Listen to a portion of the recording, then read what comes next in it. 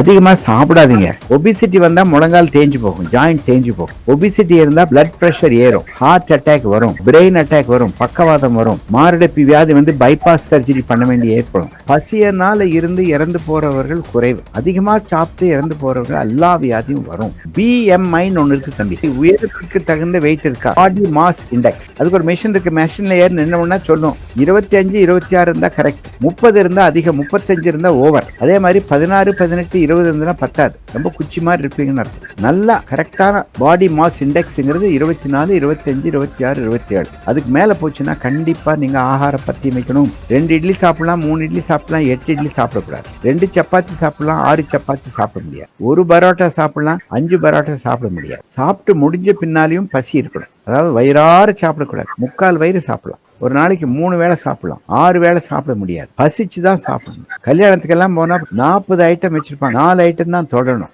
40 ஐட்டத்துல உங்களுக்கு எது பிடிக்குமோ அந்த 4 எடுக்கணும். பிளேட்ல எல்லா ஐட்டத்தை போட்டு சாப்பிடக்கூடாது. தயவு செய்து உங்க உடம்பு உங்களது. உங்க உடம்ப நல்லா கவனிச்சிட்டீங்கன்னா 100 வயசு இருக்கலாம். நீங்க உங்க உடம்ப நல்லா கவனிக்கலைன்னா நான் உங்க உடம்ப கவனிக்க வேண்டியிருக்கு. ஏதோ வியாதியில வருவீங்க, உங்க ஜோப்ல பாக்கெட்ல இருக்க பணம் எல்லாம் என்னுடைய பாக்கெட்டுக்கு வந்துடும். பரவாயில்லையா?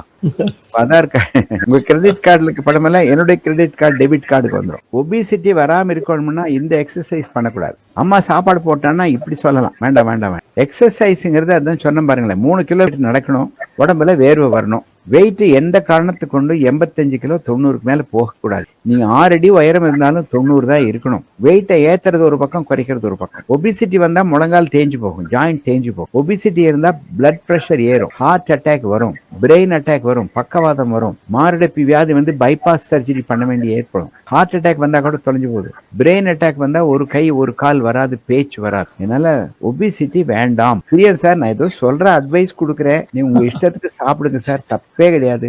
100 வயசு இருக்கணும்னா நீங்க ஹெல்மெட் போடாம வண்டி ஓட்ட முடியுமா? நான் ஹெல்மெட் போட மாட்டேன், 100 வயசு இருக்கணும்னா அது எப்படி சொல்றது? நீங்க என்ன வேணா சார், நான் இத்தனை நேரம் சொன்ன பாருங்க, இதெல்லாம் மறந்துருங்க, உங்க இஷ்டத்துக்கு இருங்க. அப்பதான் நான் ஒரு பெரிய ஹாஸ்பிட்டல் கட்டியிருக்கேன், உங்களை நம்பித்தான் ஹாஸ்பிட்டல் கட்டியிருக்கிறேன். தயவு செய்து நம்மளை கை விட்டுறாதீங்க. நான் சொன்னதெல்லாம் அழிச்சு போடுங்க, மறந்துருங்க. ஏன்பா டல்லா இருக்கிற அப்படின்னா உடம்புல வியாதி இல்ல, மனசுல வியாதி. ஏன்னா அவன் காதல் பண்றான், கல்லூரியில போய் என்ன பண்றான், படிக்கிறதுக்கு பதிலா காதல் பண்றான். அந்த பண்ண என்ன பண்ற, வேற யாரையோ கல்யாணம் பண்ணிக்கிறான்.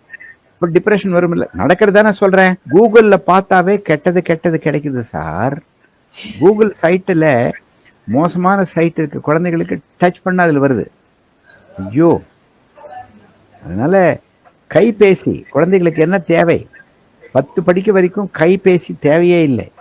படி, உடல் பயிற்சி, கைபேசி தேவையில்லை.